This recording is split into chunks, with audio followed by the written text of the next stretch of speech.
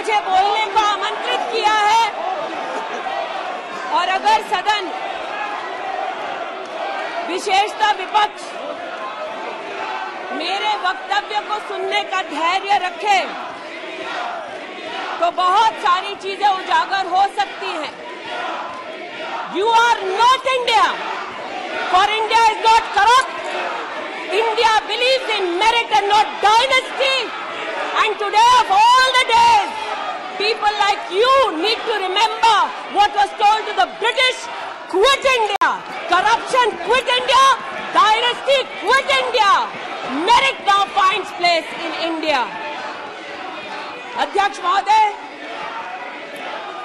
सबसे पहले आपकी पीठ पर, आपके आसन पर जिस प्रकार का आक्रामक बर्ताव आज देखा गया, उसका मैं खंडन करती हूं। पहली बार राष्ट्र के इतिहास में भारत मां की हत्या की बात की और कांग्रेस पार्टी यहां पर तालियां बजाती रही। जो भारत की हत्या की बात पर कांग्रेस पार्टी ने ताली पीटी आज इस सदन में, इस बात का संकेत पूरे देश को दिया कि मन में गद्दारी किसकी है। मैं आज हिंदुस्तानी होने के नाते कहती हूं, मणिपुर खंडित नहीं है, विभाजित नहीं है, मेरे देश का अंग है। मैं इनसे पूछती हूं, इन्हीं की अलायंस के एक सदस्य बैठे हैं जिन्होंने तमिलनाडु में कहा कि भारत का मतलब मात्र उत्तर भारत। अगर हिम्मत हो राहुल गांधी में तो आकर भारत के ऊपर इस प्रकार का कटाक्ष करने वाले डीएमके के अपने साथी का खंडन करके बताएं। कांग्रेस पार्टी के एक नेता ने कश्मीर में रेफरेंडम की बात की। अगर हिम्मत है गांधी खानदान में तो इस सदन में और इस देश को बताए कि कश्मीर को देश से हटाने की साजिश में कांग्रेस के उस नेता का वक्तव्य क्यों है। You are not India because you define corruption in India. You are not India because you define incompetence. You are not India. एक मिनट माननीय सदस्य, ये तरीका ठीक नहीं है। सदन में नारेबाजी करना तरीका ठीक नहीं है। प्लीज माननीय सदस्य बैठिए, उनको अपनी बात कहने दीजिए। आपने अपनी बात कही है, यह तरीका ठीक नहीं है। नो गलत तरीका है आपका, नो गलत तरीका है आपका। स्मृति जी, पुनः कहती हूं अध्यक्ष महोदय, शायद अपने ही कोलाहल में सुन न पाए हो। मणिपुर हमारे देश का अभिन्न अंग है, खंडित न था, न है, न कभी होगा।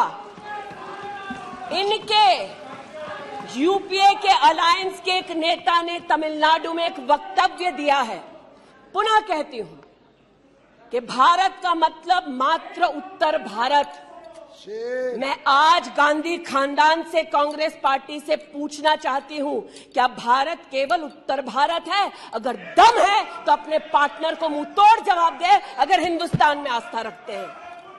कांग्रेस के एक नेता ने अध्यक्ष महोदय कोर्ट में जाकर वक्तव्य दे दिया कि कश्मीर में रेफरेंडम की तलाशना चाहिए संभावना।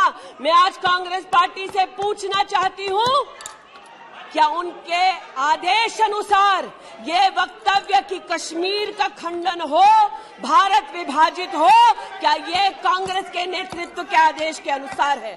अध्यक्ष महोदय, पुनः कहती हूं, हमारे राष्ट्र के संसदीय इतिहास में आज तक भारत मां की हत्या की बात करने वाले कभी भी बैठकर मेज नहीं थपथपाते, कांग्रेसियों ने बैठकर मां की हत्या के लिए मेज थपथपाई है। ये बात करते हैं इंसाफ की, ये चेहरा धूमिल है, ये चेहरा धूमिल है। मैं बताऊं किसका चेहरा है, मैं बताऊं किसका चेहरा है अध्यक्ष महोदय। ये चेहरा है गिरिजा टिक्कू का। सुन लीजिए पंडितों की दास्तान आप भी। गिरिजा टिक्कू का यह चित्र है। 90 के दशक में एक महिला यूनिवर्सिटी में अपना पेचेक लेने जाती है। सारी बातें करूंगी। अपना पेचेक लेने जाती है, बस से घर लौटने का प्रयास करती है। उसको 5 मर्द बस से खींचकर टैक्सी में ले जाते हैं, बलात्कार करते हैं और फिर आरी से उसका बदन काट देते हैं। जब गिरिजा टिक्कू के जीवन पर एक फिल्म में एक प्रति आया,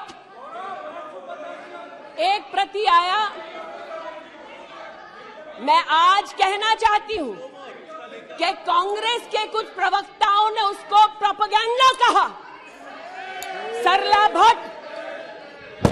सरला भट्ट, आप नहीं चाहते कश्मीरी पंडितों की दास्तान कहीं सुनाई जाए, आप नहीं चाहते वो आइडेंटिफाई हो एज विक्टिम्स। सरला भट्ट मेडिकल स्टाफ थी। 90 के दशक में उसको उसके इंस्टीट्यूट से अगवा करके गैंग रेप किया गया और सड़क के किनारे रखा गया। आज मैं पूछना चाहती हूं कि एक तरफ इनकी अलायंस के लोग हिंदुस्तान को विभाजित करने की बात करते हैं, ये आज अपने आप को इंसाफ के पुजारी बताते हैं, लेकिन मुझे बताइए गिरिजा टिक्कू, सरला भट्ट को कब इंसाफ मिलेगा? हर गली हर मोहल्ले में एक स्लोगन गूंजता था पंडितों के बीच, रलियू सलियू गलियू। पुनः कहती हूं, रलियू सलियू गलियू। आप चिल्लाना बंद करें, समझे पहले। रलियू सलियू गलियू। या तो अपना धर्म बदलो, या कश्मीर छोड़ो, या यहीं मरो। उनकी आवाज भारत की आवाज नहीं है। उनकी आवाज को आपने कभी नहीं सुना। मैं आज कहती हूं, इन्होंने कहा अश्रु बहाए, भ्रमण किया 84 के दौरान में। मुझ जैसे कई लोग देश की राजधानी में थे और किसी का वक्तव्य ना सुने अध्यक्ष जी। एक पत्रकार है प्रणय गुप्ता, उन्होंने लिखा कि सिख बच्चों को कैस्ट्रेट करके उनके अंगों को उनकी मां के मुंह में ठूसा गया। आज बोलती हूं, त्रिलोकपुरी में 30 औरतों को इकट्ठा करके चीला गांव में ले जाकर उनका बलात्कार किया। सुल्तानपुरी में एक महिला ने एफिडेविट दी है, मेरे हस्बैंड को मार दिया, बेटी को शादी से एक रात पहले उठाकर ले गए और उसका बलात्कार किया। एक 45 साल की मां ने कहा सिख दंगों के दौरान कि न सिर्फ मेरे पति को मारा, न सिर्फ मुझे गैंगरेप किया, बल्कि मेरे सामने मेरे बेटे पर केरोसिन छिड़ककर उसको आग लगा दी गई। और आज भारत की बात करते हैं, कहते हैं कि कश्मीर से कन्याकुमारी तक 130 दिन चल रहे थे। मैं जोड़ों के दर्द पर भाषण नहीं दूंगी अध्यक्ष महोदय, लेकिन इतना जरूर कहूंगी कि जिन वादियों को हिंदुस्तान ने खून से सना देखा है, जिन वादियों में गोलियों की आवाजें हर दिन सुनाई देती थी, जब ये उन वादियों में गए तो जैसे कश्मीरी कहते हैं शीन जंग कर रहे थे, बर्फ के गोलों के साथ अपने के किसी परिजन के साथ खेल रहे थे। अध्यक्ष महोदय, ये तब संभव हुआ जब प्रधानमंत्री मोदी ने धारा 370 हटाई। आज इस सदन में उल्लेख हुआ है कि ये गए हैं, I have been to Manipur, you might have not been. आज इस सदन में उल्लेख हुआ है कि ये यात्रा में गए और यात्रा में क्या आश्वासन दिया कि अगर इनका बस चले तो धारा 370 ये पुनः स्थापित कर दे। धारा 370 की वजह से कश्मीर की बेटियों को दहेज के लिए अगर प्रताड़ित किया जाता था तो वहां की बेटियों के पास कानून का सहारा नहीं था, क्योंकि इन्होंने धारा 370 लगाई। कश्मीर में अगर बेटियां प्रदेश के बाहर ब्याही जाती थी तो उनके पैतृक संपत्ति पर उनका अधिकार समाप्त हो जाता था, क्योंकि इन्होंने धारा 370 लगाई। कश्मीर में अगर 14 साल से कम उम्र की बच्ची का 18 साल से कम उम्र की बच्ची का ब्याह रचा दिया जाता था तो उसे कानून का संरक्षण नहीं मिलता था, क्योंकि इन्होंने धारा 370 लगाई। आज जो भग गए हैं सदन से उनसे कहना चाहती हूं कि इस देश में न धारा 370 लौटेगी, इस देश में कभी भी पंडितों को रलिव सलिव गलिव का धमकी कोई देने वाले बचेगा नहीं। आज कई यहां पर बहनें उपस्थित हैं जो वहां से अपनी आक्रोश को और राहुल जी के प्रति समर्थन को व्यक्त कर रही हैं। 84 के दंगों का विवरण सुनकर, गिरिजा टिक्कू का विवरण सुनकर, और मैंने स्वयं अध्यक्ष जी मणिपुर के मुख्यमंत्री से बात कर त्वरित रूप से वहां पर लोग पकड़े जाएं, न सिर्फ इसका वहां पर निवेदन किया बल्कि वो लोग पकड़े गए। सीबीआई की इंक्वायरी जारी है। लेकिन जो आज यहां बैठे हैं, मैंने उनसे पूछना चाहती हूं, जो चले गए, उन्होंने कहा वो राजस्थान गए हैं। और राजस्थान में क्या हुआ महोदय? गिरिजा टिक्कू को तो 90 के दशक में आरी से काट दिया गया था। भीलवाड़ा में 14 साल की लड़की के साथ सामूहिक बलात्कार होता है। इस सदन से 2 महिला एमपीज उस परिवार से मिलती हैं। बच्ची जब जिंदा थी गैंगरेप के बाद महोदय, उसे काटा जाता है, फिर उसे भट्टी में डाल दिया जाता है। ये इन महिला सांसदों का वक्तव्य है कि जिस बच्ची को 14 साल की उम्र में जब जीवित थी गैंगरेप के बाद भीलवाड़ा राजस्थान में काटा गया, जलाने के लिए फेंका गया, उसका मात्र एक हाथ भट्टी के बाहर छूट गया था। मैं आज पूछना चाहती हूं अध्यक्ष महोदय, ये आज जो जोर जोर से चिल्ला रहे हैं, न्याय की गुहार इन्होंने तब नहीं लगाई जब 60 साल की एक महिला का पश्चिम बंगाल में उसकी नाती के सामने गैंगरेप हुआ।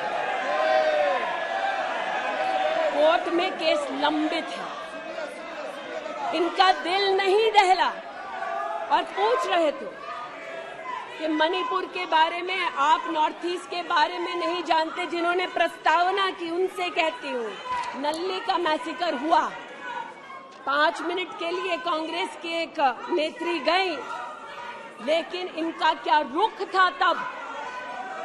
2012 में तरुण गोगोई जी ने स्वयं वक्तव्य दिया है कि दंगे हो रहे हैं, लेकिन कांग्रेस की केंद्र की सरकार ना ट्रूप्स दे रही है, ना इंटेलिजेंस दे रही है। कोकराझार की बात करते हैं, ये मेरा वक्तव्य नहीं है, तब के कांग्रेस के मुख्यमंत्री तरुण गोगोई का वक्तव्य है। कोकराझार में हिंसा होती है, धुबड़ी में 3-3 महीने कर्फ्यू रहता है। आज महोदय जो लोकतंत्र की दुहाई दे चुके हैं, हम बार बार इस सदन में इस सदन में बार बार इमरजेंसी की गाथा को याद करते हैं। इस सदन में हम लोग बार बार उन नेताओं को, उन सामाजिक संस्थाओं को, उन मीडिया के बंधुओं को, उनकी प्रिंटिंग प्रेस कैसे जबरन बंद कर गई उसको, इस पर विस्तृत चर्चा होती है। लेकिन इमरजेंसी के कालखंड में साधारण महिला का इन्होंने, कांग्रेस पार्टी ने क्या हश्र किया। स्नेहलता रेड्डी की आज बात करना जरूरी है। बेंगलुरु की जेल में बंद किया गया और इसलिए बंद किया गया क्योंकि वो सोशलिस्ट थी, भाजपाई नहीं थी, सोशलिस्ट थी। और जब बंद किया 2 मई 1976 को, तब उन्होंने अपनी प्रिजनर्स डायरी में लिखा, और मैं कोट कर रही हूं, जो पब्लिकली अवेलेबल है। As a woman comes in, she is stripped naked in front of everyone else. When a human being is sentenced, is the punishment not enough? Must the human body be degraded and humiliated? ये स्नेहलता रेड्डी के शब्द हैं, जो उन्होंने emergency के कालखंड में jail में लिखे, अपनी अचीवमेंट्स को बताते हुए। जून 6, 1974 में स्नेहलता रेड्डी लिखती है that at least I have achieved something here. I have stopped the horrible beatings the women prisoners used to get. ये कांग्रेस का इतिहास है और ये भारत की बात करते हैं।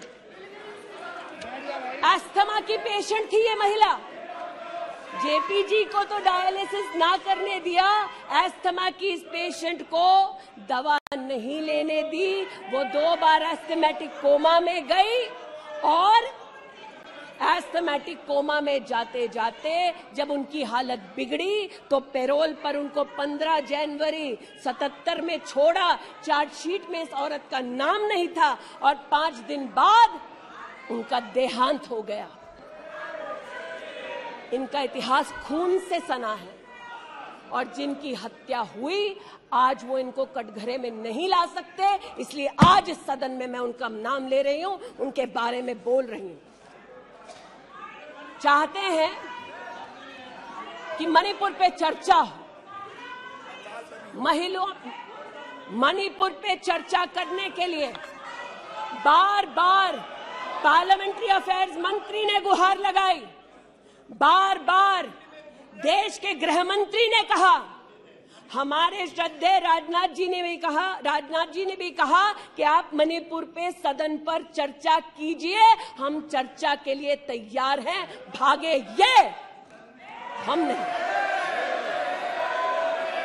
भागे ये और हम नहीं। और भागने के पीछे कारण क्या? क्योंकि गृह मंत्री जब बोलने लगेंगे, परतें जब खुलने लगेंगी, तब ये मौन साध लेंगे। मौन मुद्रा का उल्लेख हुआ था, मौन थे ये लोग कई चीजों पर और आज भी हैं। अध्यक्ष महोदय, मेरे हाथ में केपीएमजी की एक रिपोर्ट है जो इनके कार्यकाल से संबंधित है, जो कहता है कि करप्शन की वजह से यूपीए की कार्यकाल में हमारे देश की जीडीपी की ग्रोथ को 9% का नेगेटिव इम्पैक्ट होगा। ये अंतर्राष्ट्रीय एजेंसीज बोल रही थी, लेकिन ये चुप थे, आज भी चुप हैं। जो लोग जीरो लॉस थियरी सिखाते थे, आज उसी कांग्रेस के एक नेता को कोयला घोटाले के लिए सजा हुई है और वो चुप है। लेकिन चुप और बहुत सारी चीजों में रहे महोदय। 2005-06 में यूपीए की सरकार को यह ज्ञात हो गया था कि खुले में शौच करने की वजह से महिलाओं का बलात्कार हो रहा है। 2005-06 में इनको पता था, ये सरकारी सर्वे में ज्ञात हुआ है, लेकिन ये चुप थे। 2010 में वर्ल्ड बैंक की रिपोर्ट ने कहा, इनकी तब सरकार थी, कि स्वच्छता न होने की वजह से देश की जीडीपी पर 6.4 का नेगेटिव इंपैक्ट है। ये चुप रहे। महिला का बलात्कार खुले में शौच में हो रहा था, इनको पता था, ये चुप रहे। 2014 तक देश में केवल 39% आबादी को इन्होंने टॉयलेट की व्यवस्था सुनिश्चित करके दी। 2019 तक 100% कवरेज हुआ। 110 मिलियन टॉयलेट। ये हंसते हैं इस पे अध्यक्ष जी। शायद इनको पता नहीं है कि एक महिला के लिए दिन की शुरुआत में शौच के लिए बाहर जाना या सूर्यास्त का इंतजार करना, शौच के लिए बाहर जाना और वहां उसका शारीरिक शोषण होना, बलात्कार होना, ये कितनी बड़ी सामाजिक और क्रिमिनल चुनौती है, इस बात से इनको कोई सरोकार नहीं, इसलिए उपहास का विषय बनाते हैं। आज मुझे ये कहते हुए शर्मिंदगी है कि मैं यहां पर कह रही हूं कि खुले में शौच करने वक्त औरत का बलात्कार होता है, ये उपहास उड़ा रहे हैं और महिला उपहास उड़ा रही है। शायद यही लक्षण है कांग्रेस मिथ अलायंस के कि औरत का बलात्कार हो तो ये हंसे, भारत मां की हत्या की बात हो तो ये यहां पर तालियां पीटे। ये कांग्रेस का लक्षण है।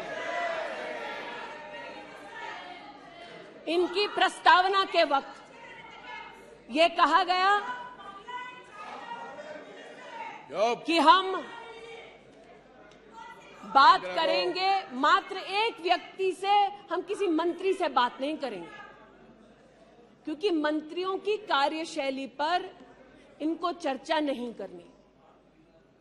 और शायद सच भी है, इनका अपना अनुभव है कि इनके यहां पावर का केंद्र बिंदु एक था।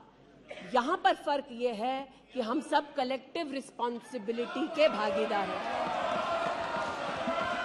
इसलिए आज जब गजेंद्र शेखावत जी के मंत्रालय की ओर से टॉयलेट की व्यवस्था होती है तो मैं एक महिला सांसद और नागरिक के नाते इनका भी उतना ही अभिनंदन करती हूं जितना कि प्रधानमंत्री जी का।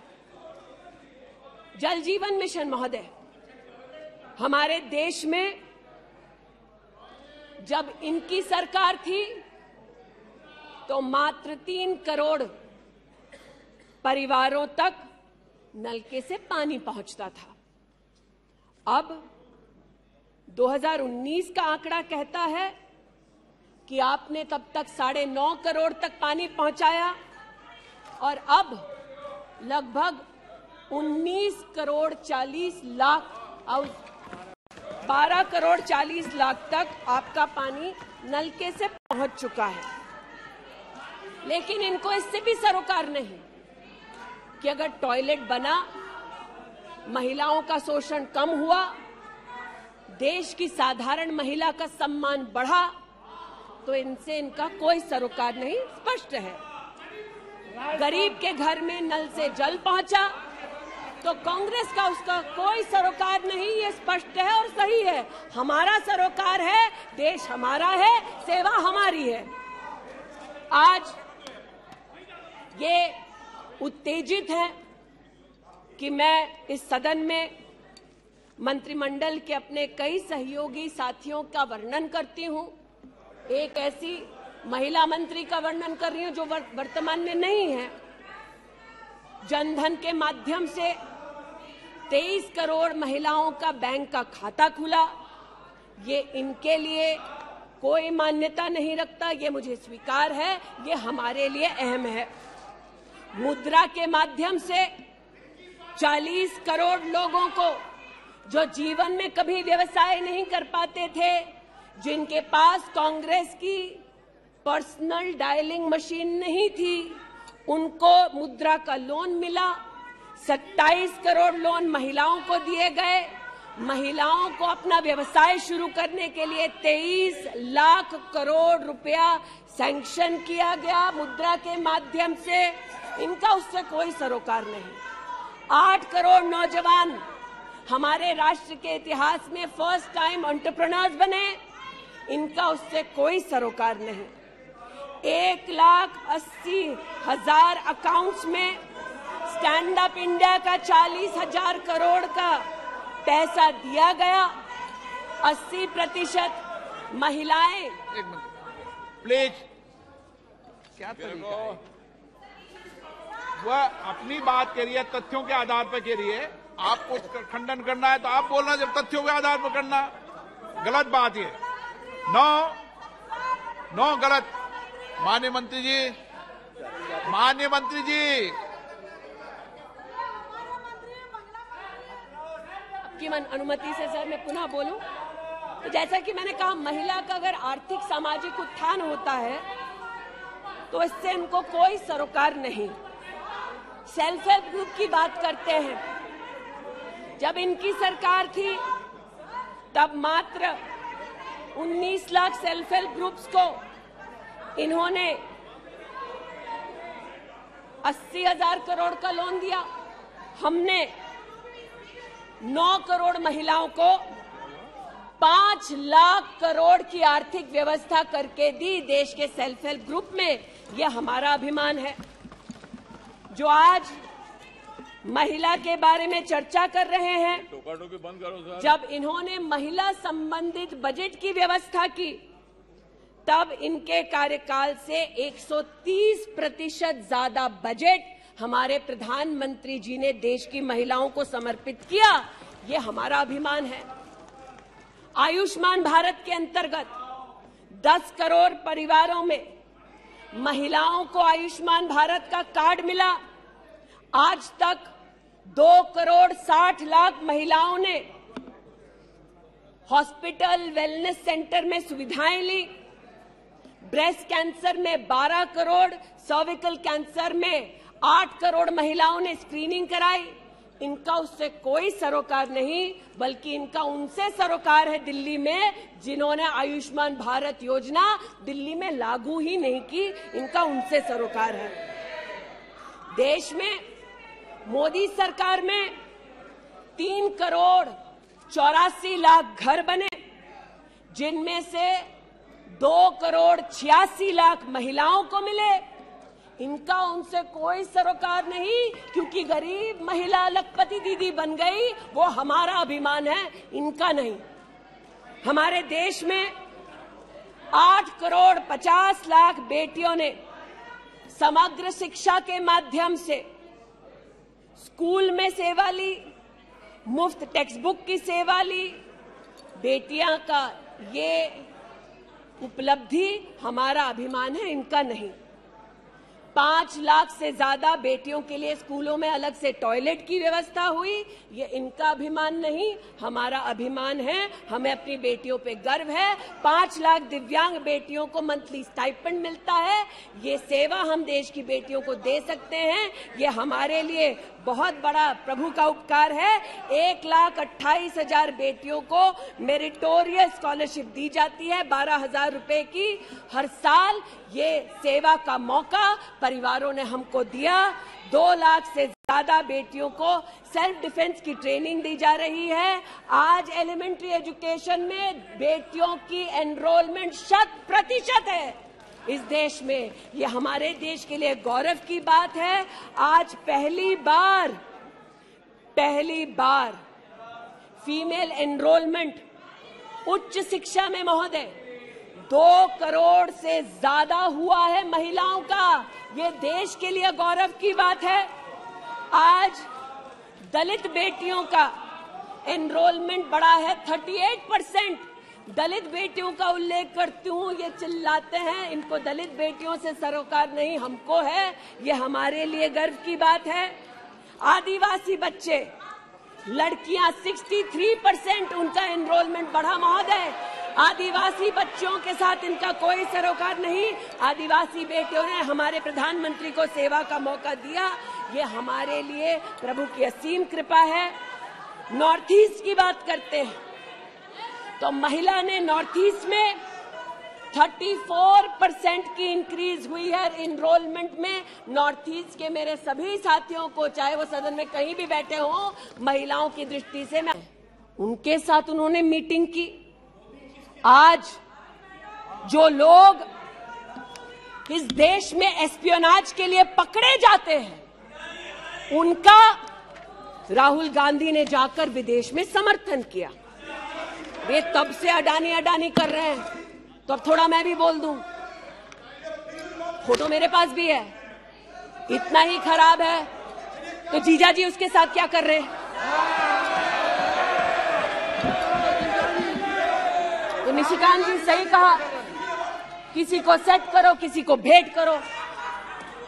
पूछना चाहती हूं, 1993 में मुंद्रा पोर्ट में कांग्रेस की सरकार ने अडानी को जगह दी। तब प्रधानमंत्री कौन थे? कांग्रेस के थे। वित्त मंत्री कौन थे? मनमोहन सिंह थे। अडानी बोल रही हूं। यूपीए के कार्यकाल में अडानी को इन्होंने 72,000 करोड़ का लोन दे दिया। क्यों दिया? राजस्थान में 60,000 करोड़ से ज्यादा का समझौता कर लिया गहलोत जी के साथ। 20,000 एकड़ जमीन ले ली। क्यों किया? केरल में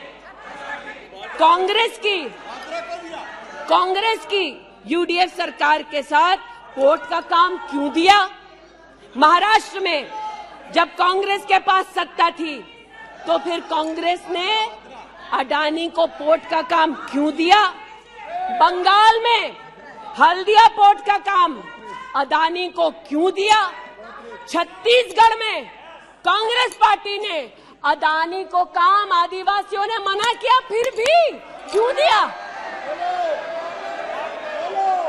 अब इसमें बेटा कितना सेट होगा, दामाद को कितना भेंट होगा, हम क्या जाने।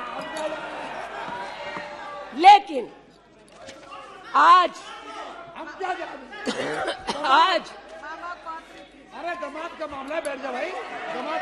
दामाद आपका नहीं है, जिनका है वो नहीं चिल्ला रहे, आप क्यों चिल्ला रहे? बैठ जाइए भाई। जिसका है दामाद वो नहीं चिल्ला रहे, आप क्यों चिल्ला रहे? बैठिए। अरे बैठ जाइए, बैठ जाइए, बैठ जाइए, बैठ जाइए, बैठ जाइए। कोयले घोटाले में पकड़े गए, 2G में भी पकड़े जाएंगे। बैठ जाइए प्लीज।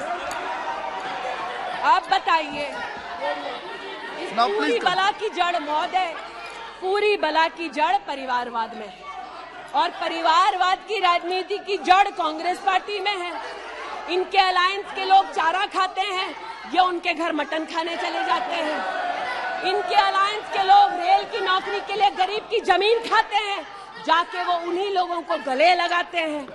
और इनके सब के पीछे एक ही मजबूरी है, जो बड़ी विनम्रता से अजीत दा ने भी स्वीकारी कि मजबूरी हमारी कि तीसरी बार जनता कह रही है फिर एक बार मोदी की बारी।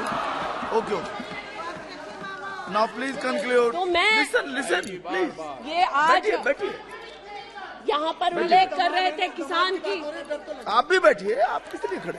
ये बात आज कर रहे थे किसान की, तो किसान का क्या हश्र करते हैं वो मैं बताना चाहती हूँ। अध्यक्ष महोदय थोड़ी सी मुझे मोहल्लत दे दें। ये मैं कहना चाहती हूँ उस क्षेत्र की बात जिसकी मैं प्रतिनिधि हूँ, जहाँ पर बैठिए प्लीज बैठिए। दलित प्लीज मांग कर रहे थे विद्यालय की। 1982 में किसानों ने 4 बीघा 2 बिस्वा जमीन इंटर कॉलेज के लिए दी और अमेठी में धोखे से किसानों की ये जमीन हड़पने वाले फाउंडेशन का नाम गांधी खानदान है। 2016 में राहुल जी दौरे में गए तिलोई, वहाँ पर लोगों ने कहा 200 छात्रों ने सुनिए कि जमीन वापस ले दो, हमारे लिए कॉलेज की व्यवस्था करो। इन्होंने अपने अलायंस पार्टनर के साथ उन छात्रों को जेल भगा दिया। 17 में जेल भगाया। सेठा गौरीगंज में प्रमाण है, आ जाओ गौरीगंज, दूध का दूध पानी का पानी यही कर दूंगी। गौरीगंज सेठा रोड पर जमीन हब्जा ली। भूसियावा मार्ग पर नरसिंहभानपुर पर मुंशीगंज में जमीन हत्या ली।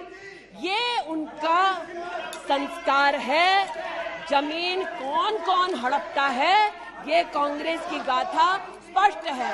जहां ये है वहां पर आज मैं अभिनंदन देती हूं रेल मंत्री का कि रेल कोच फैक्ट्री रायबरेली में भी 10,000 कोचेस तब बनी जब नरेंद्र मोदी देश के प्रधानमंत्री बने। पीड़ा हो रही है जी।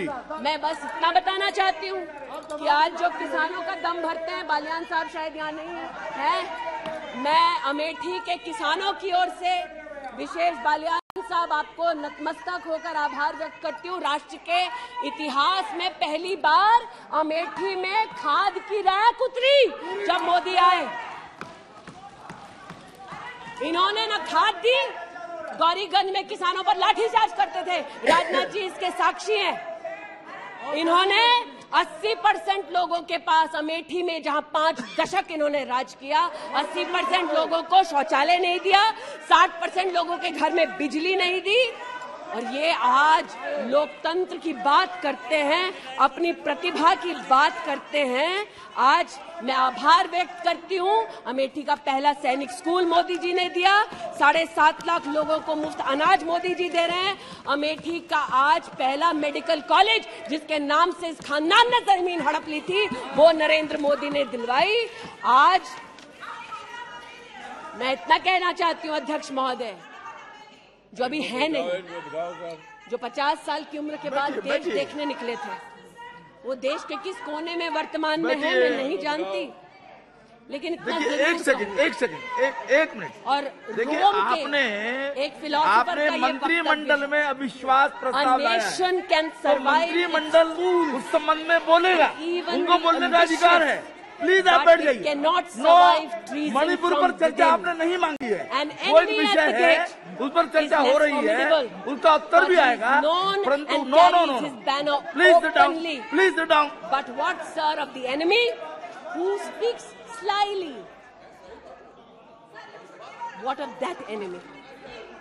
आज जिनके पास ना नीति थी, ना नियत थी, ना देश के प्रति निष्ठा थी, आज ना जो कभी हिंदू के हुए, जिन्होंने राम के अस्तित्व को नकार दिया, ना सिखों के साथ जिन्होंने इंसाफ किया, जो ना कभी महिलाओं के उत्थान के लिए समर्पित थे, ना नौजवान के सशक्तिकरण के लिए समर्पित थे, ना किसान के बलिदान को स्वीकार कर किसान की समृद्धि के लिए समर्पित थे।